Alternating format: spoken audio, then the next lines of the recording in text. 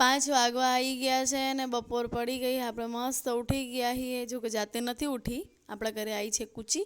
તો કૂચી મેડમે મને ઉઠાડ્યા છે કે મારે ચા પીવી છે. તો ફાઇનલી હું ઉઠી ગઈ હું અને અત્યારે હું થાઉં છું ફ્રેશ તો થઈ ગઈ, પણ રૂમાલ મને દેખાતો નથી. તો હું ફાફે ચડી ગઈ હતી. પછી મને યાદ આવ્યું કે તિજોરીમાં હશે, તો મને ફાઇનલી રૂમાલ મળી ગયો છે.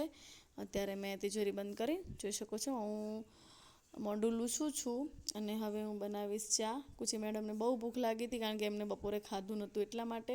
તો મારા વાળ ખુલ્લા હતા, મને ગરમી બહુ જ થતી હતી. તો મેં જો અંબોળ વાળીને મસ્ત મજાનું કલ આપણે ભરાઈ દીધું છે. અને જોઈ શકો છો. મેં જોયું કે મેં માથું કેવું ઓળાયું છે એમ જોઉં છું. તો હવે હું જઈશ રસોડામાં. તો રસોડામાં આવી ગઈ છું અને હવે ચા બનાવવાની તૈયારી છે. દૂધ નાખું છું. હવે દૂધ નખાઈ જાય એટલે આપણે આદું ગોતીએ. આદું ખબર નહીં છે કે નહીં, તો આપણે પહેલાં જોઈ લઈએ ફ્રીજમાં. ફાઇનલી મળી ગયું છે આદું. અને હવે નાખી દઈશું આપણે ચાની અંદર આદું. તો નાસ્તા માટે નકરી ચા તો મજા આવે નહીં, તો આપણે ગોતીએ છીએ પાપડ. ત્યાં કૂચી મેડમને બગાસું આવવા માંડ્યું. મેં કીધું રે 5 મિનિટ ફટાફટ બનાવી દો. તો ફાઇનલી ડબ્બો ખોલ્યો તો પાપડ મળી ગયા છે. આ દીદીએ મોકલાયા હતા પાપડ, ઘરે બનાવેલા. પછી મેં કટકો થોડો નાખ્યો તો તેલ આવી ગયું હતું. અને અત્યારે મેં મોટો પાપડ નાખી દીધો છે. તો જો મસ્ત ફૂલીને મોટા પાપડ છે અને બહુ મસ્ત લાગતા હતા.